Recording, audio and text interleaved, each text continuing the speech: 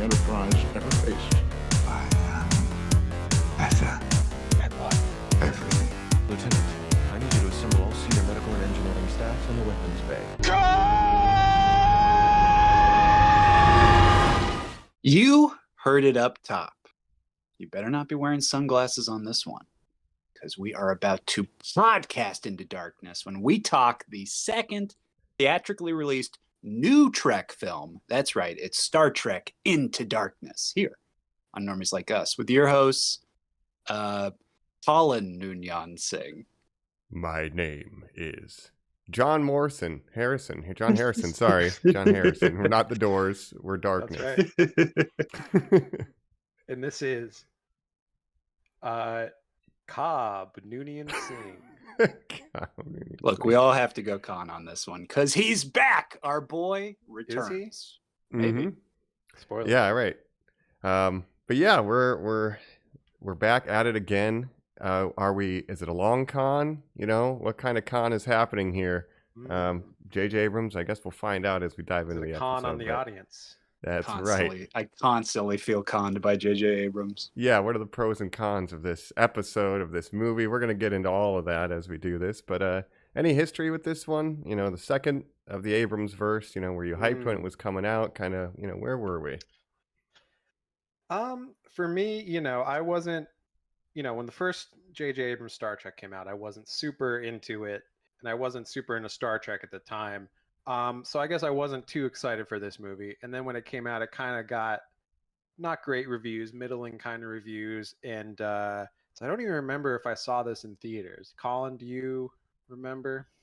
Well, to mirror kind of what you're saying, like normies can hear on this podcast my journey with getting into Trek. I think it's like a year before your Deep Space Nine episode, Jacob, where I say like on pod, like I will never get into Star Trek. Yeah. So Yes.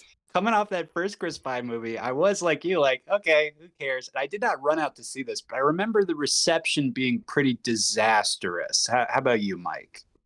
Yeah, I mean, I liked the 2008 one well enough. You know, we did that, you know, most recently. And, you know, it leaked, I think, at some point that Khan was going to be a bad guy. Like, they really didn't, you know, spoilers for this whole movie when we get there. But it kind of leaked that, oh, this is who They the villain's tried to going to be. hide it for Right. a long Yeah, time in the they marketing, definitely but did. eventually it was like revealed, because when they were shooting this, it was like super top secret that Mm-hmm. you know Benedict Cumberbatch was going to be playing Khan. Like they kept it. It was like you know, they had you know, handcuff briefcase with the script in it so that no one would know that he's secretly Khan and stuff. Yeah. So that's, the John Harrison of it. You know, we have this Yeah. other The name of our John villain. Harrison of it. Wow. So yeah, I knew like, okay, they're gonna do Khan again, and I was like, oh, I'll watch it. You know, I was mildly interested, I guess. I thought the first one was pretty slick, you know, for modern Star Trek, and I think I was more favorable than I realized when we reviewed it.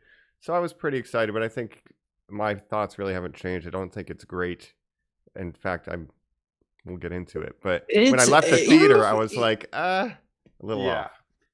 It's a movie, man. It's a movie. I'm excited to talk about it for that alone. But even the nitty gritty of it, watching it this time, and I do have this on digital as I do all the newer Trek films. Love them, love kind of the blockbustery feel. But I was like watching this and I was like, is this movie like mixed poorly? Like, is the sound bad? Does it kind of look worse? It was really reminding me of the year it came out in. Let me say that.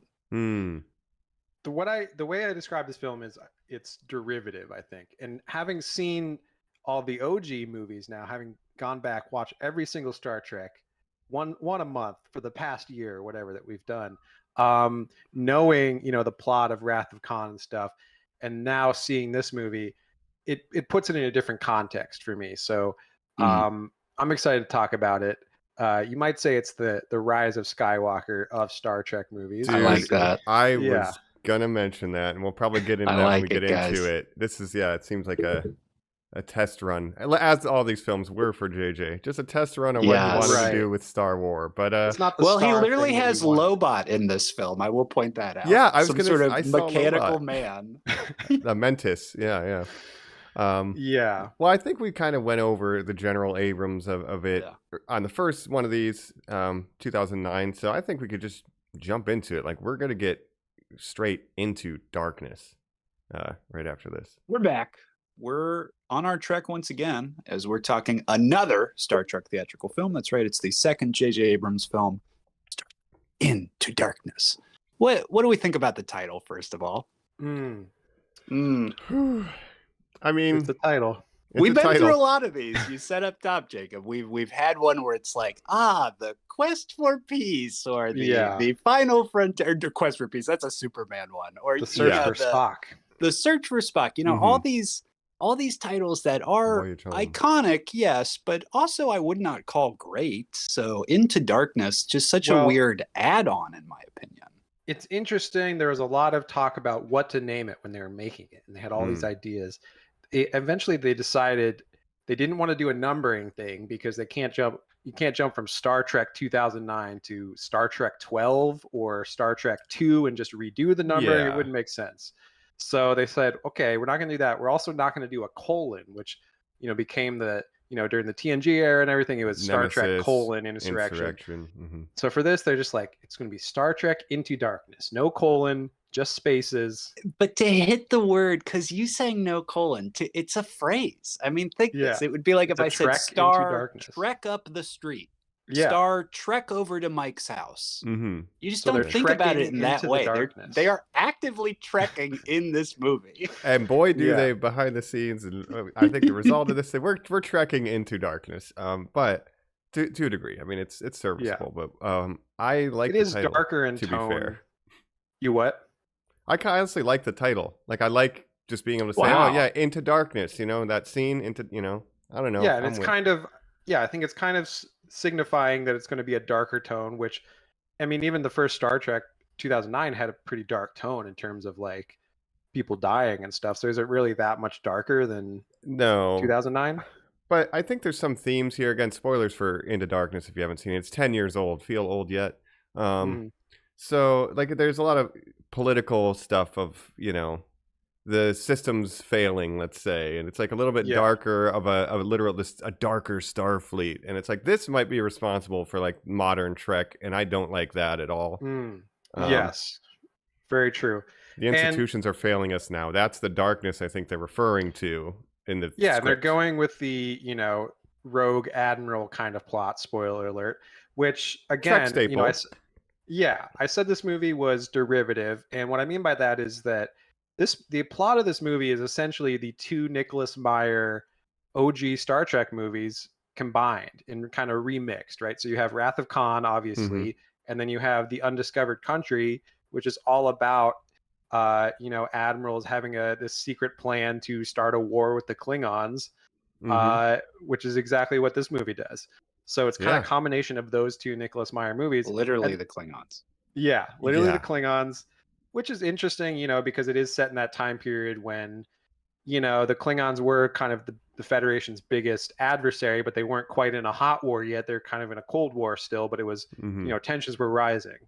And the other way I feel this is derivative is this movie came out in a time when, for some reason, there was this trend of every big movie, the villain would get captured at some point, but it was actually part of his plan to get captured all along.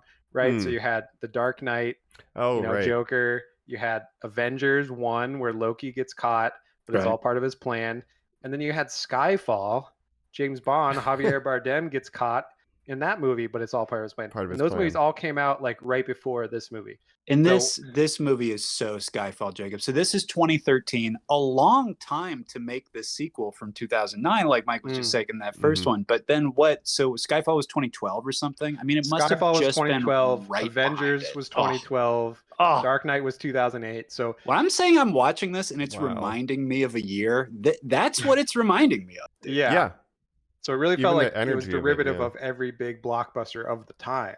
So they suck. It's not my favorite Star Trek movie, and we'll get into it. But and that's to go off Jacob's point. It's like not only derivative of Star Trek tropes and movies that have already been done. It's derivative of every other thing that was trending and doing it last. You know what I mean? Exactly. And with Star Trek 2009, I felt like they were going in a different direction, and that's kind of why I like that movie. Is it's so different from the OG Trek in terms of vibe and tone and stuff. Whereas this movie, they're just redoing Wrath of Khan, and it's just disappointing because they could have gone in so many other different directions and did something more original and more interesting, right? Yeah. And there are plot threads, like obviously, right? We're gonna explain everything, but there's like secrets, and then it gets like, you know, we find out that it's Khan, and it's this big reveal. But yeah, like, there's a lot of twists and turns, and his motivations are different. You know, like the admiral is kind of leveraging his crew against him to get him to build new cool warships. Like, I also like I like the idea of that, but it's not executed super well. No. But Cumberbatch is very good, I think, in his scenes. Over till your arm weak. Interesting, Mike. I think he's good in a couple of those monologues. Maybe there'll be some different opinions. Well, real quick, I just want to say to what Jacob said about the Nicholas Meyer of it all, because yes, this film is a Nicholas Meyer remix. And when you're saying, Jacob, 2009 felt unique, yes, I am agreeing with you. Because while it doesn't have what I would say the complex themes that are interwoven like a Nicholas Meyer movie, it does come at it to the point of like, what's that first Star Trek film about? Consequences. It's like the consequences of this butterfly effect change this, the consequences of Spock not being able to help these people, you know, set the Romulans out on this course. It's like everybody, all these dominoes are falling, and it's a very interesting movie for that. And then you look at like the original Wrath of Khan, and we talked about it on this podcast, the emotion we had yelling at Joe, who was wrong, who did not like that movie, I will point out, and us saying like, no, woven into the subtext that life, Genesis, you know, life and death and becoming old and what happens when you reach the end of your life, being so woven into a script, to look at that and go, well, let's remix it. Let's do our own bad version. You will never be able to put in the intricate, you know, incredible details that Nicholas Meyer was capable of. Right. So yeah, and of course, this you know, our main crew here is much younger than they were in Wrath of Khan. They're just starting their trek into the stars, not finishing it. They haven't even begun their 5-year mission.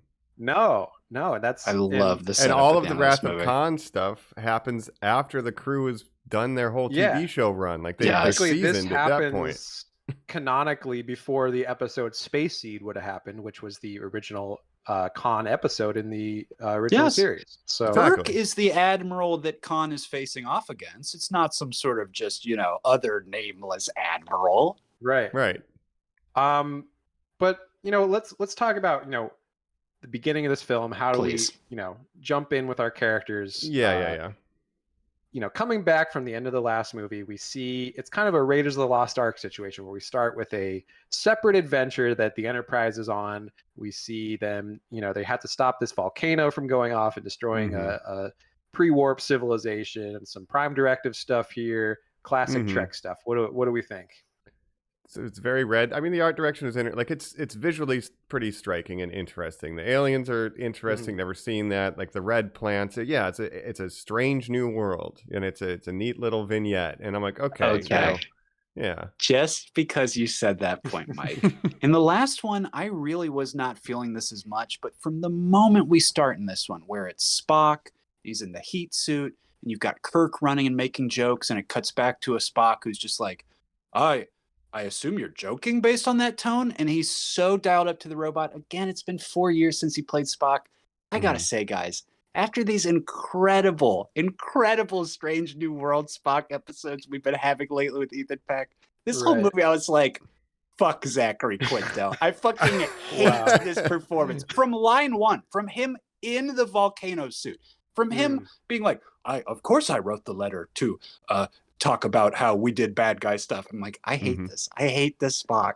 Well, yeah, I have it in my notes. Yeah. It's not his fault, but after this movie, I think Zachary Quinto is the worst Spock. Yes. And this is a Spock-focused movie. Like, it really is a Spock movie. Yeah. I think we're in agreement there. And I think the problem is that this movie, it kind of resets the relationship between Kirk and Spock back to, like, the beginning of the first movie. So, like, they really haven't grown as friends, and it sets the status quo of, oh, they're different, you know. Spock is so logical, he doesn't understand humans, blah blah blah. And then even with the Pike bumping Kirk back down to first officer and being like, I'm taking over the captaincy again, blah, blah, blah. For 5 minutes. Bumping him back down. A reminder Yeah. that this guy became a captain after 1 day of work. This is like, this Right. guy shouldn't even be at this position yet. Right. But I Yeah. feel like it just resets all the character growth that happened in Yes. the last movie. It does. To like, yeah. And that's like very Rise of Skywalker, where it's like things are just happening a mile a minute too, and like Yeah. you don't have a chance to really sit and think. But then when you do, after you finish the movie, you're like, none of this is working. Like they're arguing, getting demoted to only get the ship back through a sequence of events. It's like there's no consequence, there's no cohesion, and it's just Right. it's kind of copy and so much pasting. happens so quickly where it's like, oh, Kirk, you're demoted. Pike's taking over the Enterprise again. Oh, just kidding, because guess what? We had this big admirals meeting that Well, there was an explosion that we don't know who did it. Khan kind of Yes. cons a guy into blowing up a John library. Harrison John sets up this whole Harrison. plot in motion to blow up So- this. And can I ask you, Archive. we mentioned the red herring or to the fans, right? Was them putting out a press release being like, no, Benedict not Khan. Cumberbatch isn't playing Khan. He's playing John famous Harrison. Star Trek character John John Harrison. Harrison. Now, Yeah. and I remember nerds, again, I wasn't into Trek at this time, but I remember nerds being like, oh, actually, he's this unnamed guy who's in the back. Do you guys know who this character is? Who is John Harrison? No, he's idea. not. He's just a name they made up for this movie, I believe. Oh, okay. Okay. Con Harrison. I they were thought like, it was okay. somebody they could point to and go like, it's Scotty's friend. And you're like, oh, okay. I don't I guess, believe yeah. so. I don't think so. But, I'll double check, but I never I think heard they were John just Harrison. trying to kind of make a John new Harrison. villain. To say Yeah. the name so much, Jacob, it has to be somebody. Well, John he's a- Harrison. Well, he's an English clockmaker from 1693 to 1776, and we know There J.J. you go. Abrams loves Good. naming people John Good. Locke and after historic. So Right. maybe he just Actually, I thought did- John Harrison. Yeah, Sure. that's too. Sure. I did read in my research that I guess his name originally was going to be John Erickson. Okay. And so in Space Seed, the original Oh. Khan episode, he first introduces himself as Harold Erickson, I think. And so that's a reference to Harold Erickson. So they made him Yeah. John Okay. Erickson, but then they're like, Maybe you know that's what, what let's I meant. change it to John Harrison because it sounds similar. That's I a don't know. deep enough cut that they should have kept it, because even people who saw Wrath of Khan wouldn't know No. that. That Space Seed Not is a a step chance. further. Yeah, They should have said, "Hi, my name is Ricardo Montalban." it's me, Ricardo. Yeah, hello. Yeah. I But of am course, so Ricardo. he, has this whole plan where he's like, this guy has a sick kid. He's like, I'll fix your kid's illness if you blow up this building that he works as a security guard at. So he agrees to do this. And then, of course, we find out it's not really an archive, but it's actually the secret headquarters of Section 31, which is a reference, of course, to Section 31, the Black Ops. Best of thing about Starfleet, Star Trek and basically. Starfleet. Yeah. Everyone's favorite part. Yeah. Black So Ops. who? right. What are some cool characters I or fans would know that are a part of that organization? Oh, probably you not know, many. Captain Okay. Georgiou from Discovery. Michelle Yeoh from Captain Discovery. Georgia. I don't think so, Mike. I don't think that's Yeah. a real character. Michelle Yeoh is Michelle the- Yeoh in Star Trek Discovery is is a Section 31 operative, and it's kind of it's mentioned a lot in like DS9 where Okay. they're kind of behind the scenes doing questionably moral things, which kind of goes against what Starfleet is about. But they're the Black Ops secret division of Starfleet. If you need that's to do just some doing- false flag stuff on Federations, but it's Captain Georgiou. It's a real person. That's who Michelle Yeoh plays. right. I refuse to. That's believe Okay, Mike. fair enough.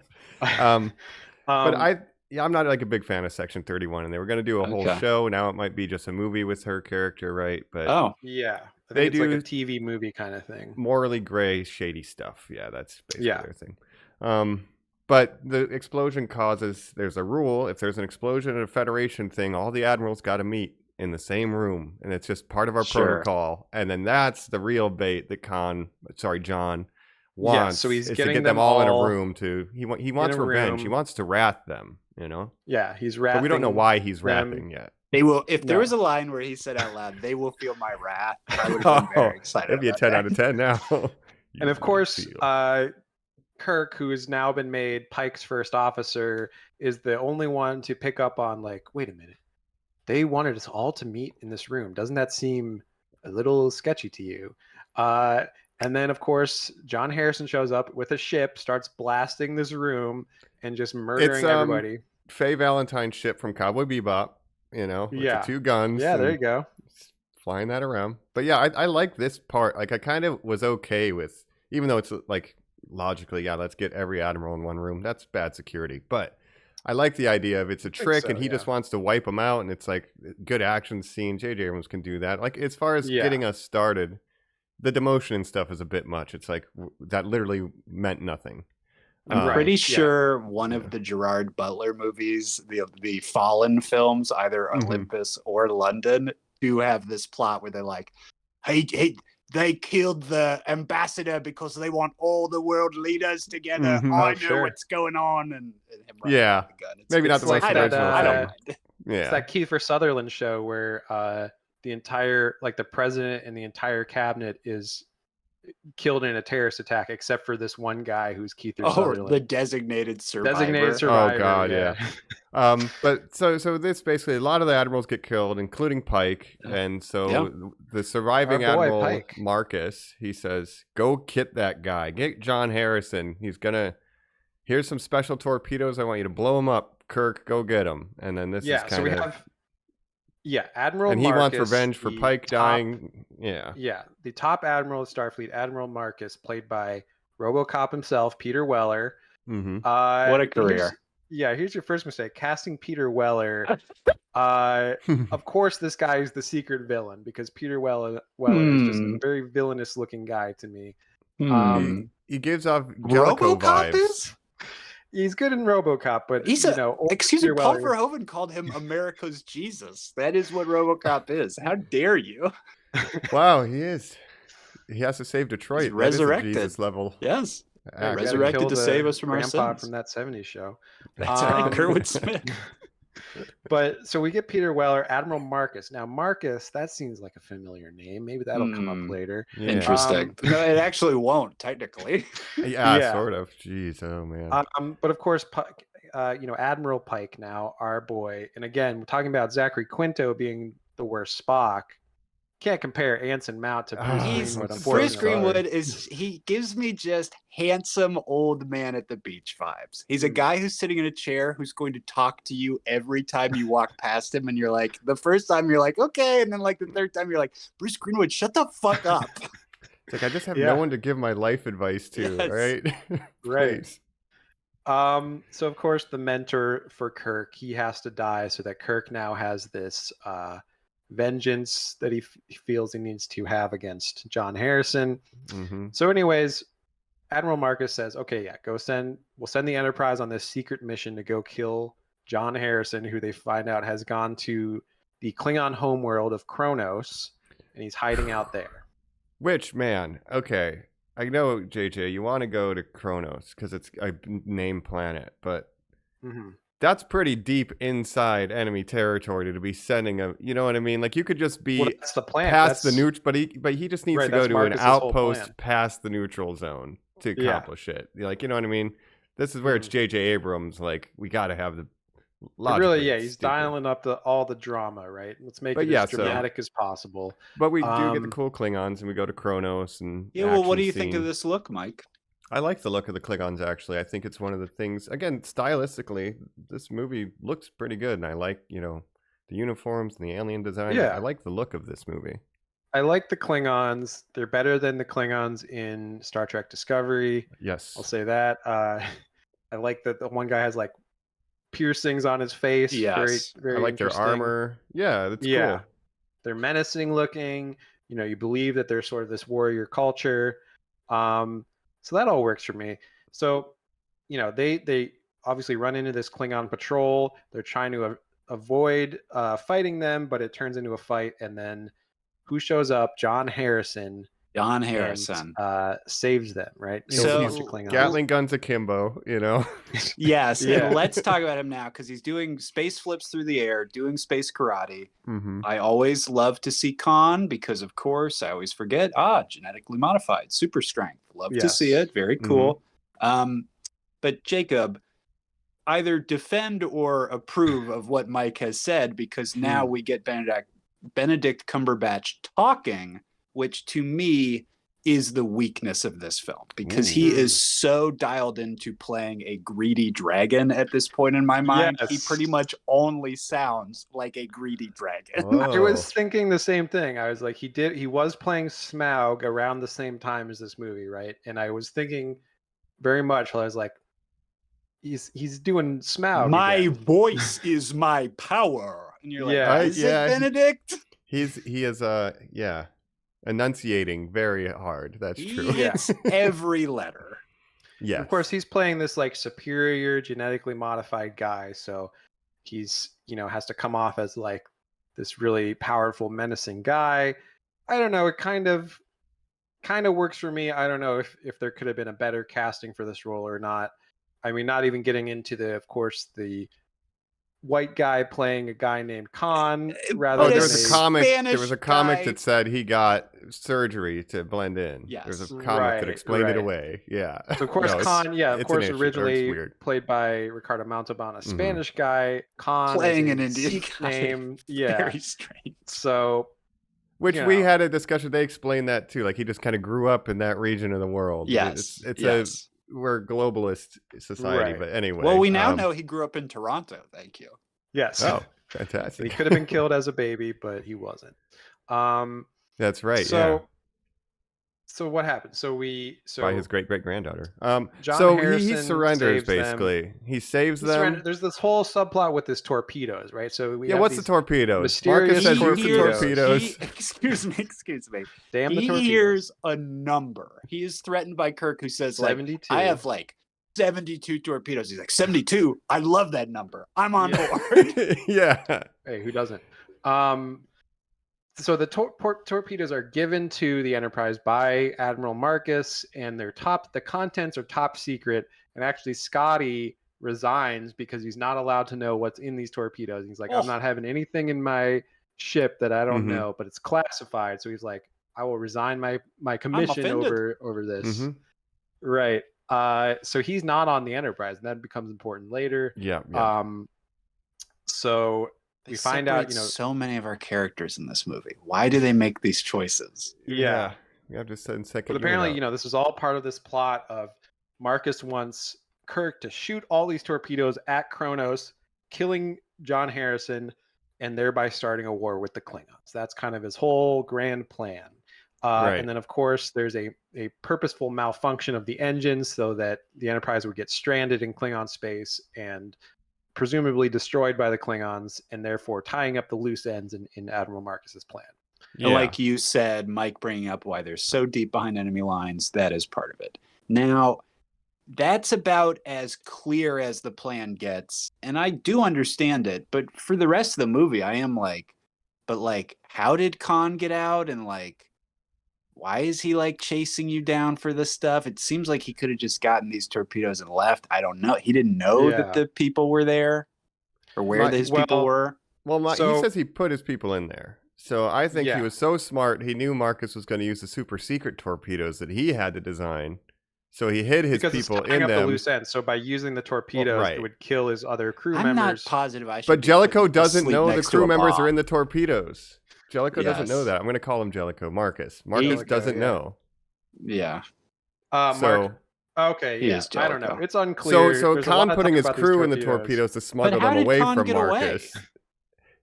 He's just, I'm Khan, He's baby. just I don't super know. He smart. just He's escaped him genetically one day, and he's modified. like, "Damn, why did I wake that guy?" Yeah, he was just so It's- smart about it. Yeah, Marcus even says like the hubris of Marcus to wake up this genetically superior guy who can outsmart him and strength him. Of course, he was going to escape at some point, right? Put me in a So- cage. And I guess he's Um, upset because he didn't get his crew freed when Marcus presumably said he would free them. I can't remember what grudge does he really have to kill all the admirals. I guess it's that.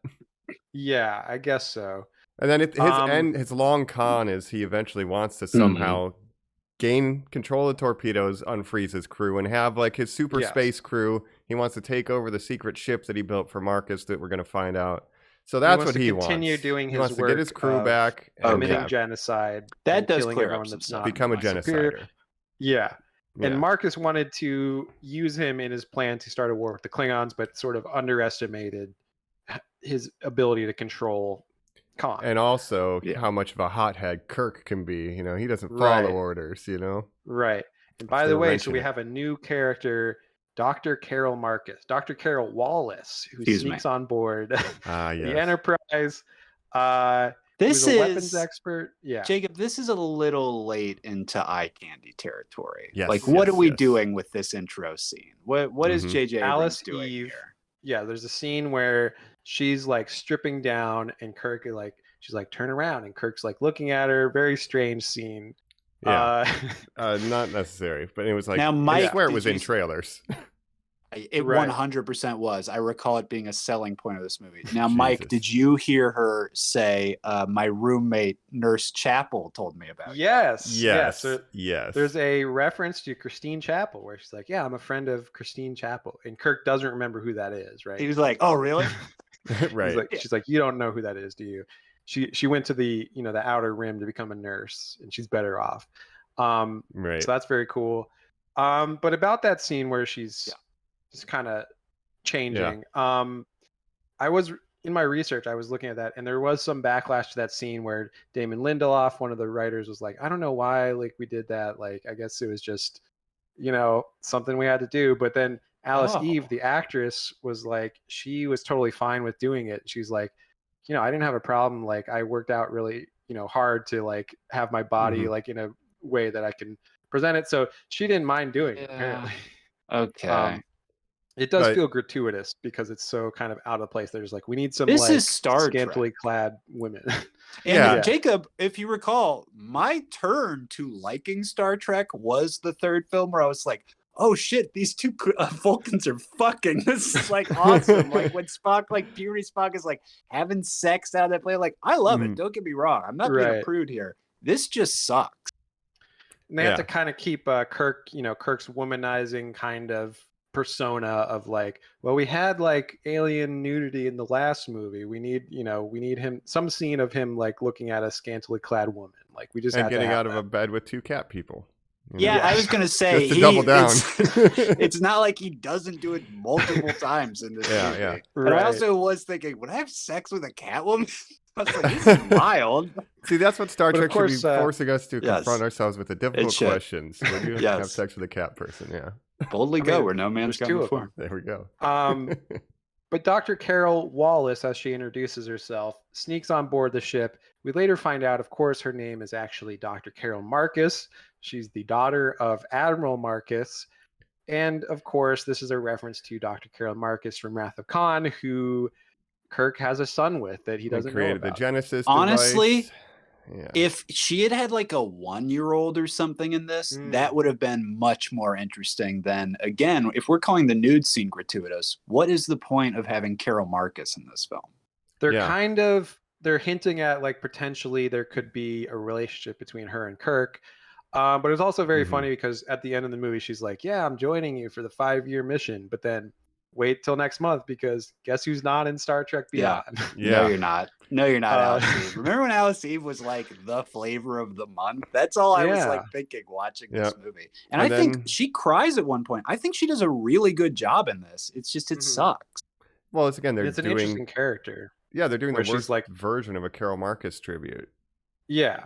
you And she's know. like the daughter of this evil traitor admiral Power who's hungry. like, that's not the dad I knew. Like, he's doing all this stuff, which is like, Mhm.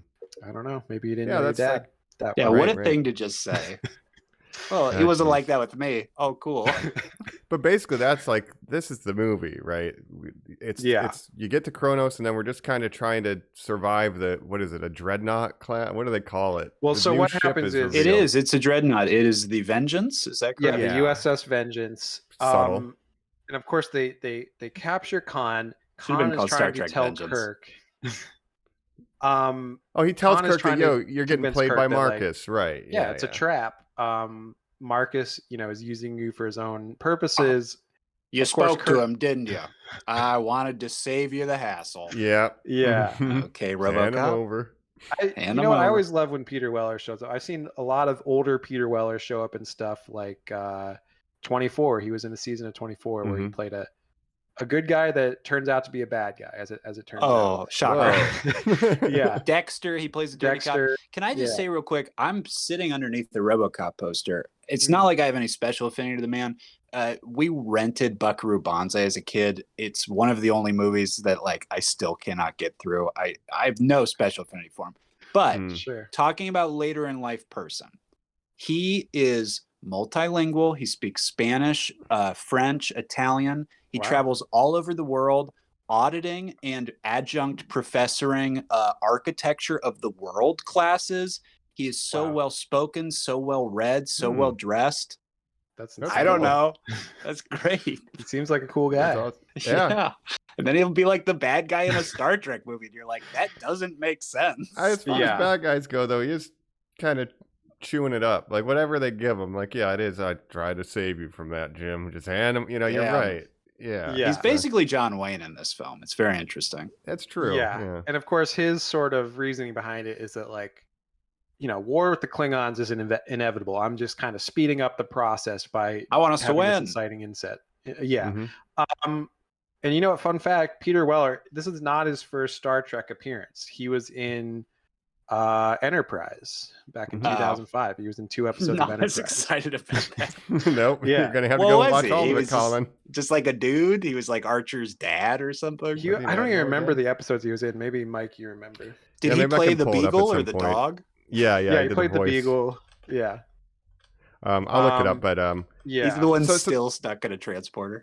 but yeah, so this is the whole movie. Is this dance between Khan trying to get Kirk to think that, Marcus is the bad guy wholesale, and like, Yeah. you need to team up with me. But and really, this there's and, two villains in Well, this movie that yes. also hate each other. Which Yes. is Khan and Marcus. That's a very interesting thing to point out. Now, my issue with it, Jacob, is it feels like this film never commits to which one is the villain.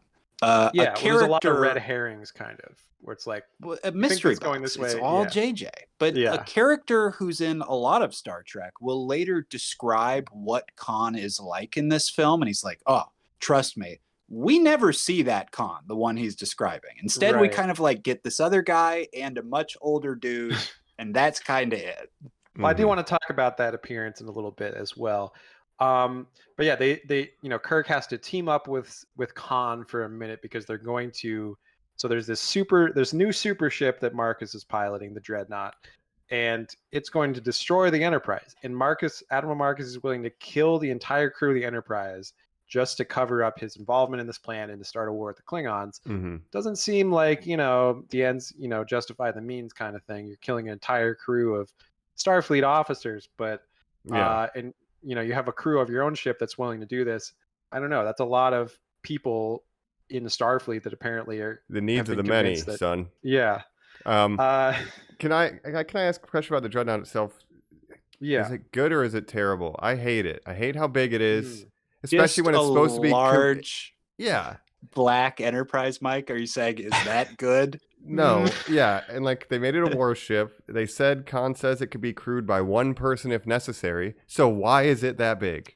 Yeah. It's the That doesn't dumbest make thing. sense. Double It the could be like size, the 5 times the Defiant, speed. a tactical It can be stealth piloted bomber. by one man. Yeah, And it was what being the hell? made in Everything you secret say is contradictory. Yes. to hide should've kind made, of like, from a Starfleet single- that they're making this warship.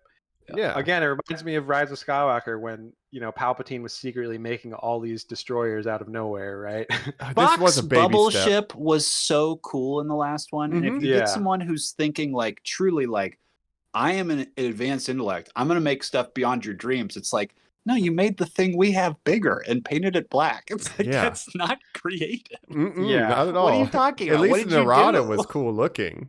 Yes. That I will was too say big some as of well, the, but it was interesting. Yes. Yeah. It was too big. There's Mike. Yeah. There's some size issues in this franchise. and this bleeds into like the Shrike in Picard, like this design choice. Some of the choices made here, I think, infect Shrike is later better. Trek in a negative way. Shrike. I It's want to still see too that. big. I mean, Anyway, but that's my rant. Eric Bana's ship in the first movie was. That's too what he big. was saying. Oh, okay, yeah. It looks interesting, Um, but it's also too big. Yeah. Yeah. I would say so you were talking about the aesthetic of this movie. I would kind of disagree a little bit and say I didn't like some of the aesthetic choices.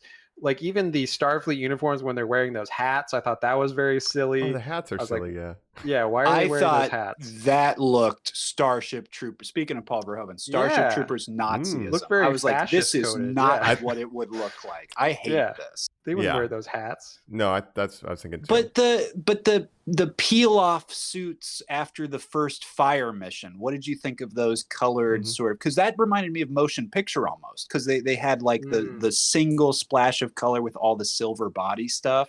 Yeah, those were okay. If anything, I think for the formal uniforms, they should have went back to the maroon jackets of the Maroon movies, Monster, right? The maroon monster, yeah. I would have loved that one. I would have loved instead of it. a gray suit with like a Nazi hat. Yeah, very Suddenly, weird. Chris Pine's hair is curly. You're like, Oh, oh, yeah. it's happening. Yeah, no, we've definitely the transformation has begun. But that's, I mean, then we just get scenes of Khan they do some missions, they fly out in space. They almost get blown up by this thing. Khan's like, get me on that thing. They're like, okay. Turns out Scotty's on the thing because they almost get blown up. And Jacob, So when Kirk you said sends- earlier, Yeah. well, the rise of Skywalker pacing happening. of like them just being like, this is this. We have to do a dangerous thing to even walk across the street to go to this thing. And you're like, this is it's a so lot. needlessly complicated. It's very. I'm not J.J. Captain, you're Abrams. Captain Spock. And they're Yoda, I like- love you, but I can't talk about it. Like it's yeah, Right. sorry.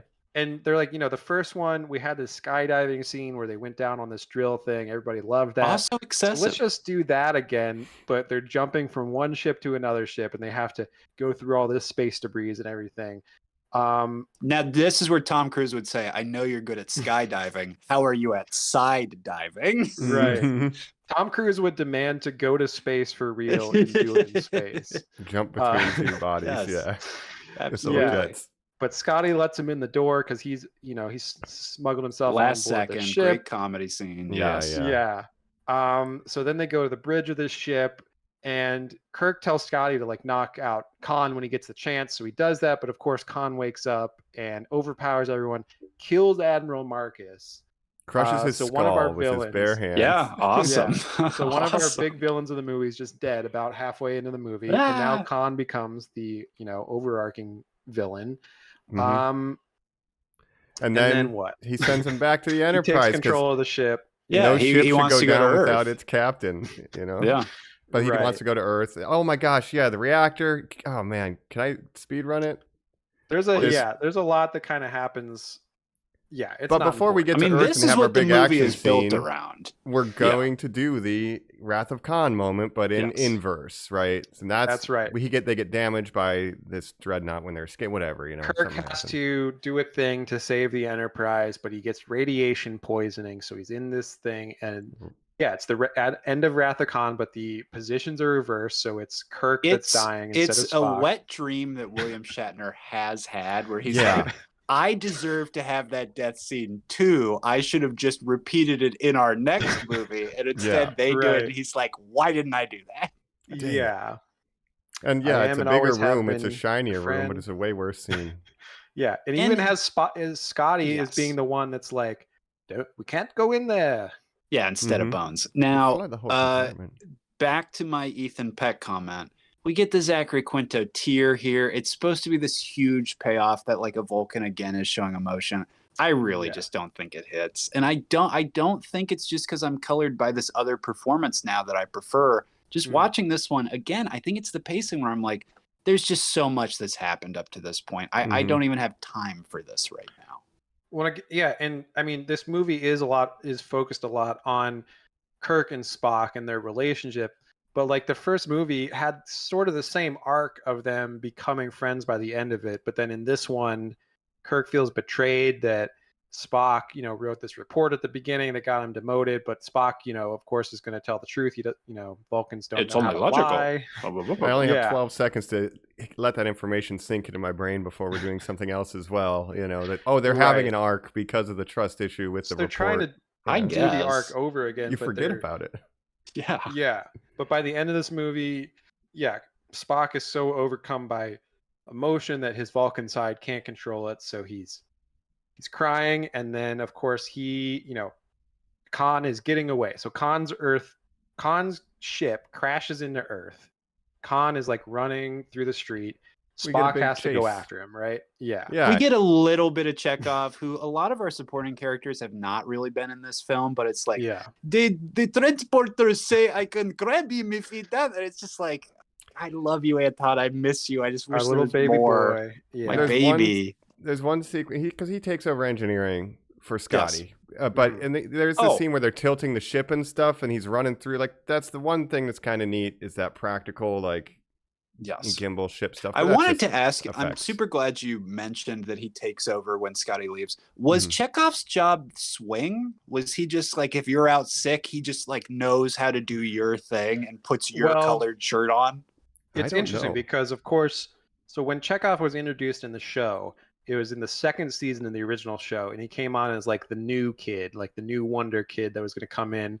But then there's also this reference in Wrath of Khan where, of course, That's right. Wrath of Khan recognizes him, but he wasn't. You, I know. He You wasn't on the are ship. not familiar. It's a it's a fallacy because Chekhov wasn't in the show in the episode Space Seed, right? So they Yes. retcons that he was working in engineering, but then got promoted to the bridge crew in the second season. Well, so look this at is kind that. of an homage to So that. this is That's kind of an homage to interesting. that, where he takes over engineering.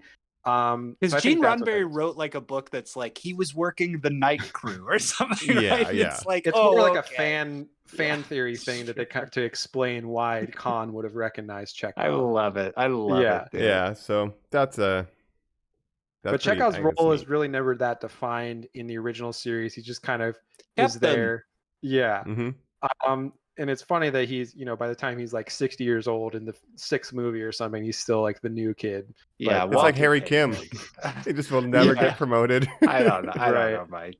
But I feel like of all the original of all the original crew characters, I think Chekhov maybe gets the biggest glow up in terms of like his role in these new movies, and especially in the first till one where he was 3. like, he was doing stuff. He was like, I know how to do that, and he's like, transporting people and stuff. So he gets a lot more to do, I feel like, than original Chekhov ever But did. I get no Bones in this. I really get no Uhura No other Uhura than like either, Bones, nice Uhura, girlfriend speeches. Is she Sulu. doing Guardians at this point? Like, what is the issue? She was doing. I 2013 could mean, be. she must have. Yeah, I mean, she was doing Avatar. She's done Avatar by then. 2009. Oh, Yeah. she's in a tank of water with like apparatuses on that none of us understand. But she is tired. She is not showing up to this set. Well, She she definitely said, gets the least to do from movie 1 to movie 2, where like she was like the third most important character in in the first one, and now she's like just kind of Spock's there. like, "Hey, could you call New Vulcan?" And she's like, "Wow, that'll give me some stuff to do off screen. Thank you."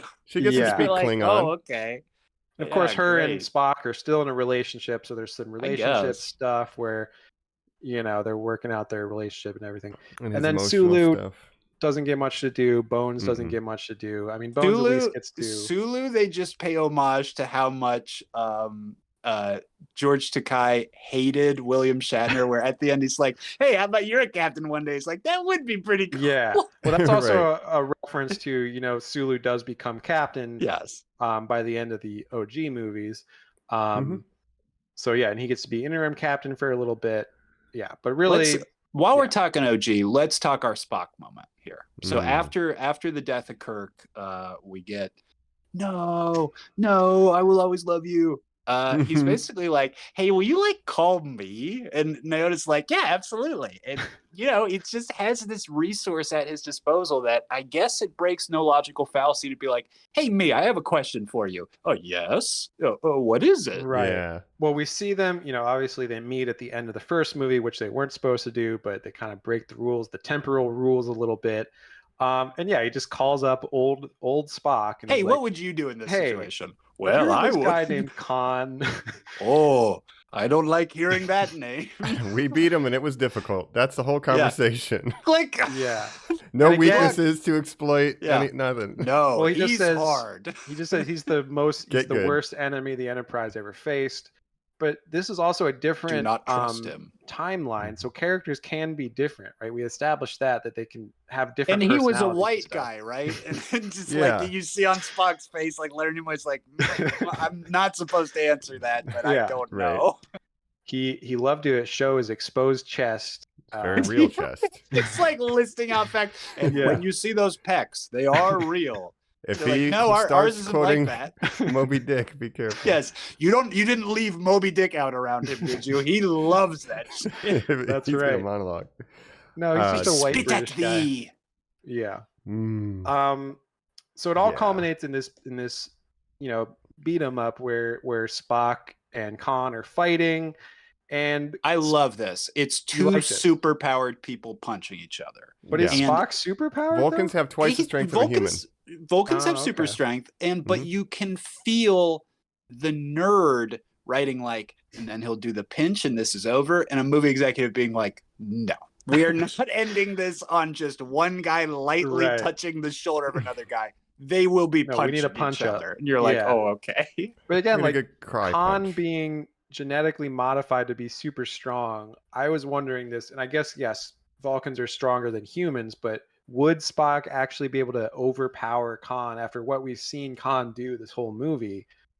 I don't know. But Yeah, because I think that's what Vulcans got to be weaker than Klingons, and he just took out a whole Well, platoon by himself. Yeah, and he kind of doesn't. We see his hobgoblin blood come out. Nyota comes down and hits him with, like, what do we think, 8 stun blasts? And that kind of gets him down. And then basically Spock bludgeons his head in with a piece of steel. Well, like, he yeah, really so this does is not That's where, how have he's much of an defeated in advantage. Space Seed. He gets hit with a pipe Mm.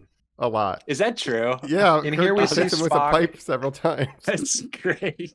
Again, Spock It's his loses one weakness. control of his emotions and is Yeah. overcome with rage. He's just beating Khan in the face. By the Yeah. way, Vulcan blood, you mentioned this is a fun fact. Do you know why Vulcan blood is green instead of red? And this is the official reason, I think, in canon. It's got to just be something to do with like the oxygen content or something. Yeah, right? oxygenation. It's kind of like that, but it's our blood is iron based, right? Vulcan Mhm. blood is copper based, so it's Oh. green when Huh. it is oxidizes instead of red. of course. That's That's cool. why rust on something copper is green. That makes sense. Ah, nice. A So ferrous fun fact. blood. That is That's a fun right. fact. So eventually Uhura's like, so he's beating Khan's face in, and Uhura's like, please stop. Kind of a Finally trope at this point. The I'm Yeah. so angry I can't Oh. stop punching. Sorry, Yes. rewind real fast. Yeah. Bones has sent her down to do this because he's looking at Kirk and he's like, Kirk's dead. I'm so sad. He has a Tribble next Oh, to him. God, and it's yes. like, Yes. man, this fucking Tribble. He's like so happy about it. The Tribble comes back to life and he's like, Eureka! And comes up with a plan Yes. to revive Kirk. Well, they did But kind of. I had to point out They the Tribble. mentioned that in Yeah. an earlier scene of like, oh, Khan's blood can like regenerate. It can like fix injuries and stuff. So Why? they need Khan's blood to regenerate Kirk to bring him back to life. But we have so this is how they get 72 around, super people killing Kirk. That Yeah, are frozen. that's Like, true. as Yeah, well. you know Does what? it need to Pop be one of them Khan? in the microwave, get a blood bag out. I think we're Right. good. We're just I don't gonna know. kill Khan outright and get one of his buddies. Yeah, like Yeah, that End would it. make too much sense. exactly. Just don't think. Next scene. Don't Also, is think. he the right blood Yeah. type? I mean, he put knows? modified human blood in a Tribble, so apparently we're compatible for dead transfusions.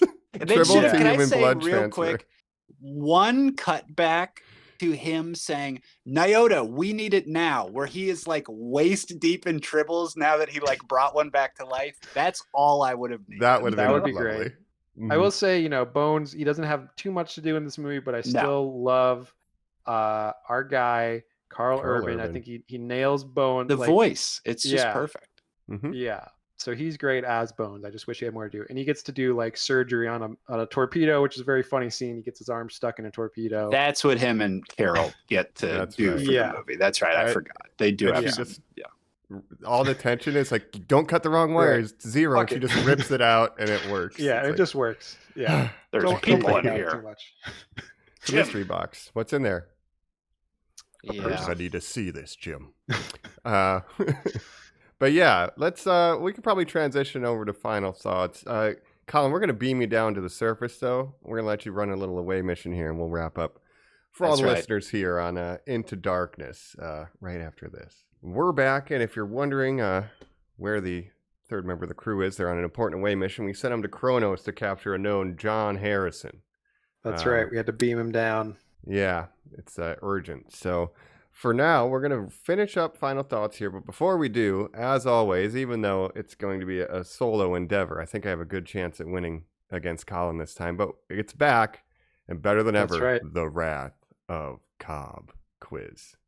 That's right. And you can maybe use your genetically modified intellect to answer these questions. I'll do my Uh, damnedest. Yeah, so Star Trek Into Darkness. All right. Let's kick it off. Yeah. So question number 1. This was Leonard Nimoy's final film role. True or false? Whoa. I'll Leonard say Nimoy. true. True? That Yeah. is true. Okay. It was his final film role. He died just a little bit after this in 2015. This was his 8th appearance in a Star Trek film, which is the record. Nice.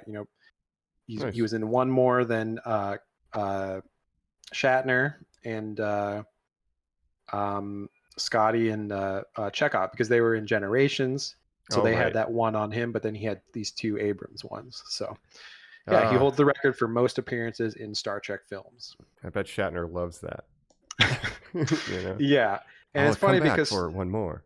Right, and for pretty much all these all the Kelvin movies, like every time Shatner's like, "Hey, maybe you could write me a role," and it just never works out. They're like, we tried, but it just doesn't make sense. Like we already did the time travel thing with Nimoy, so yeah.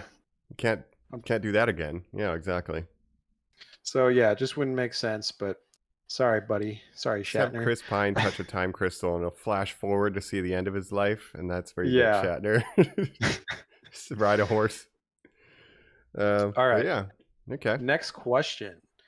Okay, so for this movie, writer Roberto Orci was originally going to take over as the director for this film. Is that true or false? That I have no beat on, so I'll say Mm. true, just because why not? That is false, but I I was trying to trick you guys did get because tricked. stay tuned for Star Trek Beyond, because that might be something that happened potentially for Star Trek Beyond. So Nice. yeah.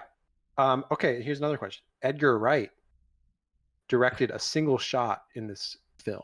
Is that true or false? As an Edgar Wright fan, I do know that he did, but I don't know which shot. Yeah. I do know that he did come in. Yes, that I'm is a true. fan. Apparently, a friend of Simon Pegg, obviously, and Mhm. apparently it was during the Klingon fight scene on Kronos. Oh, cool. So he directed a single shot of that scene. There's got to There be an you go. interview where he tells you which one, but yeah, that's a very cool little Cornetto callback with Simon Pegg. Yeah. So. I guess I like all right. this movie more than I thought. Yeah. Well, imagine if Edgar Wright did a whole Star Trek film. It'd probably be pretty good. That'd be pretty wild, I bet. All right, next question. This is the highest grossing Star Trek film. Is that true or false? Wow. It's got to be false, right? This one's not Well, good. think about it in terms of movie, blockbusters really, what they're expected to make changed a lot, right, over time. So let's think about that. I guess this is in that era of A Dark Knight and big summer movies still being big. Maybe it is. Yeah, I mean, because somehow Beyond got greenlit. It had to make money, Right. So It is true. Jeez, it's the highest grossing Star Trek film. I mean, the TNG films, First Contact did well, but then they Insurrection and Nemesis both didn't do well.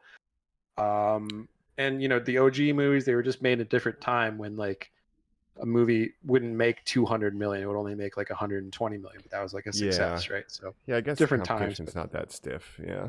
Yeah. Okay. And Into Darkness made more than 2009, and then it made more than Beyond, because Beyond didn't do as well financially as they would have liked. So yeah, it's the highest grossing Star Trek film. Interesting. Okay, so Into Profit, the Ferengi favorite. Here's a question. All right. Michael Dorn, who played Worf, of course, filmed a cameo scene for this movie that was ultimately cut. True or false?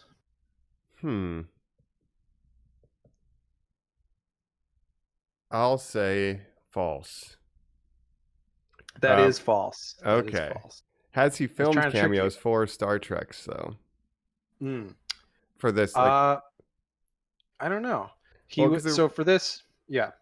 my logic was, I know there was Klingon scenes shot for the first movie that got cut.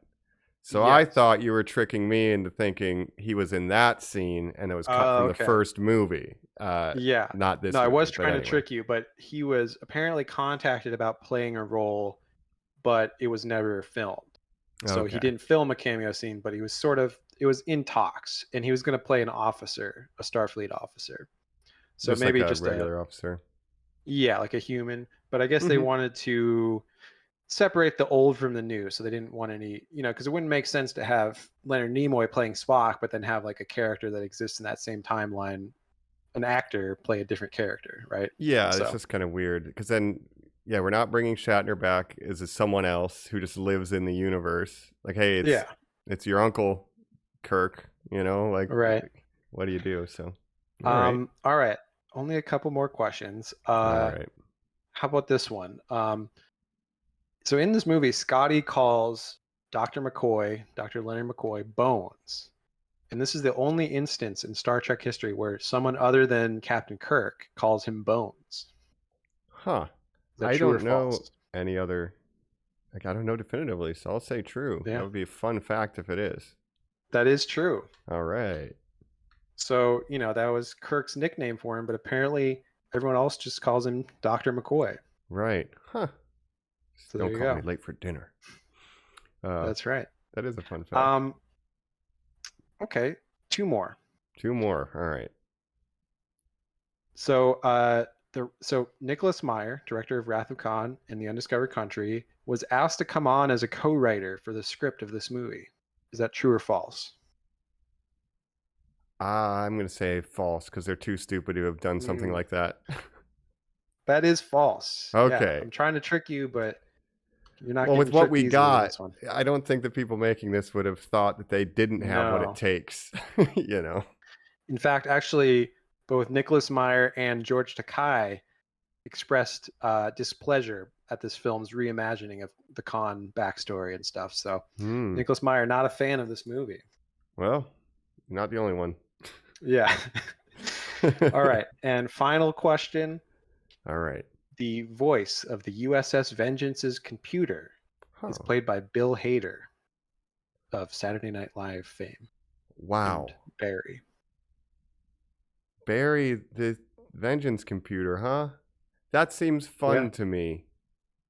Yes, true. Yes. Is it? That is true. Oh, that's great. So I think you did pretty well this quiz. You got, all my, tricks. You didn't fall for them. I got one wrong and one that you kind of guided me. I was leaning wrong, but Okay. you brought me back. So, okay. but missing that Well, I one think you did question great. was calculated and always intended to put you at ease.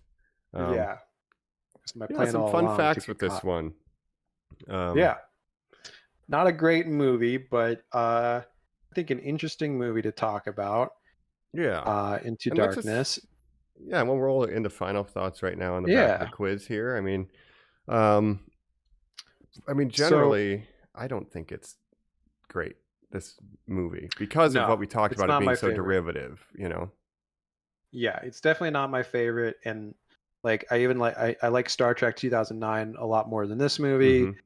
I think this is kind of where it kind of falls apart. I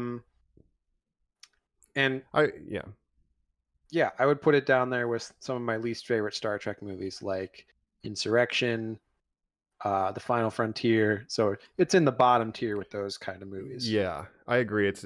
I don't know if it's at the very bottom because when I think about Insurrection and Nemesis, I'm like, oh no. But the problem is, the original films are so, more or less, they're pretty good. Every other one, you know what I mean? Like following the meme. And they did so much with those characters as far as what types of stories you can tell in situations and pushing their relationships, So it's like, well, what do you do when you just reboot those characters? And so the first movie was doing something a little bit different, like we said. And then this is just, I guess we'll do stuff that we've already done before. It's like, that's the main reason. Yeah, and have that's the main reason I compelling. don't like it. Is that, especially having seen all the original movies now and knowing how much it kind of cribs from the Wrath of Khan and the Undiscovered Country, it's like, they could have gone in a more original route. And like we said, like 2009, it was doing its own thing, and that's why I kind of liked it. Mhm. This movie, it could have continued on that path, tell some new stories with this crew. We don't need the con thing. We don't need it. Like you know, and that's I think also why I think Beyond is better, and we'll get to that next month. But Beyond, they are just telling a new story. It's not like a remix of an OG story, right? Yeah. And that's really the biggest problem, is just trying to rehash something, but also keeping it secret that it was Khan. Because, like, when he announces who he is, my name is Khan. And it's like, Right. if the music sting isn't there, Kirk doesn't know who the fuck this guy is. That moment that means means nothing. Yeah. And even to audiences, if you were not familiar with Star Trek history, if you hadn't seen Wrath of Khan, didn't know the character Khan, that would mean nothing to you as a reveal. And it, like I said, it means nothing to the characters in the movie. So literally that moment is just there for people to be like, oh, I recognize that name. Okay, that means something to me. Right. Yeah. You could have done a thing where they're learning, like, and you could they didn't put in the marketing too. Like, you could have had a build up in the trailer, like, Khan is a war criminal. I'm Marcus. We're going to get him. I didn't work with him at all. Like, you know what I mean? Like, list out why he's dangerous and make him the enemy of the state. And it's like, oh, Khan's a thing. There's none of that. It's just trying to there's no reason off of the original movie. Yeah, and there's no reason for the big mysterious reveal other than this was like the peak mystery box J.J. Abrams era of like, oh, it has to be a mystery. Like, it can't just be like, we can't just call him a Khan from the beginning. He's got to have this other name. It's like if, you know, in The Dark Knight, like if the Joker was just like pretending to be someone else, and then halfway through the movie they're like, guess what? I was the Joker this whole time. And none of the marketing is showing the Joker. Like, you know what I mean? Like, who's our villain here, kind of thing. Yeah, I remember the marketing just being it. like, this guy John Harrison, you're not going to believe, he's like a totally new character, and it's going to be great. Yeah, and yeah. So that it just didn't work for weakness. me. Mm-hmm. Especially after doing the rewatch. And, like, you know, if they wanted to do Evil Admiral, that would have been enough. Like, this guy who has a secret project, he wants to false flag start a war with the Klingons, and just that alone, you know, because like, oh, he's gumming up with bureaucracy, like your ability to investigate. It's Star Trek a trope that Star Trek's done you know, many times before.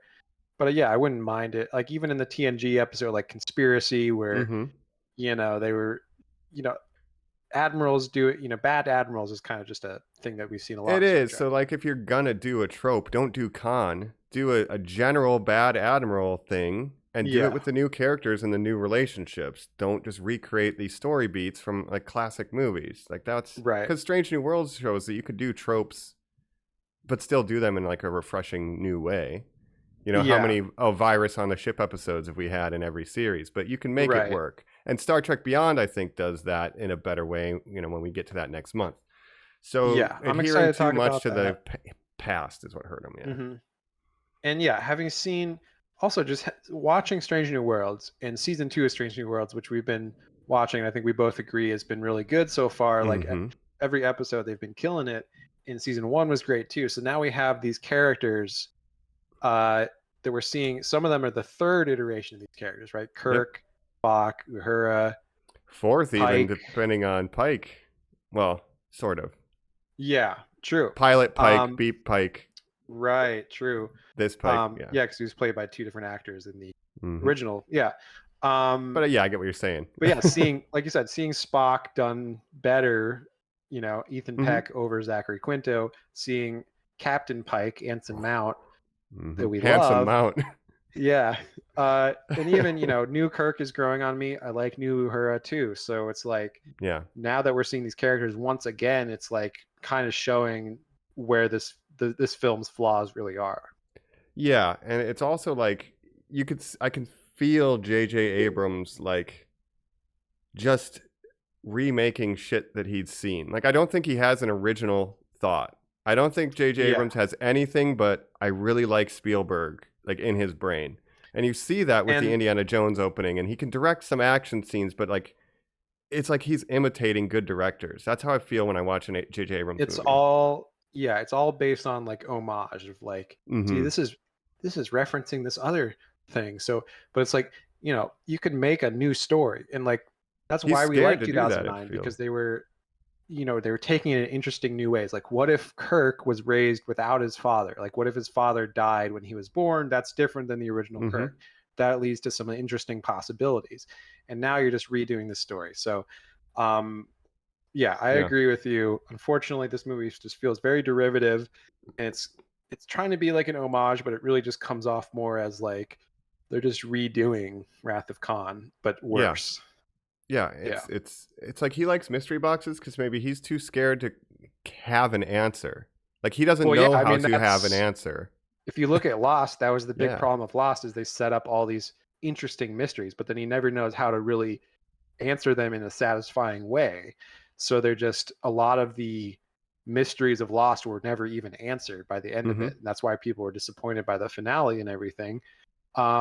I mean, even like the smoke monster, and remember there was like a Yeah. three-toed statue in the Yep. first season that people were like, what the fuck? Like there's a Mhm. polar bear on the island. It's like none of that ever gets explained in like any kind of way. So Meaningful way. yeah.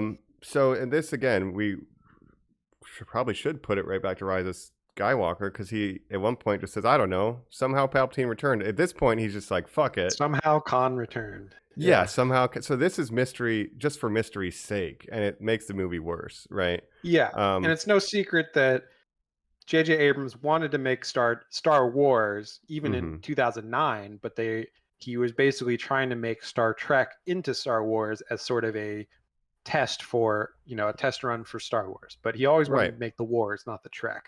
Yeah, and now that I'm seeing this, I kept thinking the whole time, this is just a dry run of Rise of Skywalker because it is just quick, quick, quick, go, go, go, go, go. And it's like you never have Yeah. a chance to breathe, and nothing actually makes sense if you take 2 seconds to stop and think about Even it. the dumb like fake outs, and like when you think, oh, Chewbacca was just blown up in a ship, and they're like, no, just kidding, he's fine. Yeah, you're demoted, Kirk. You're not captain. Oh, well, you're captain now.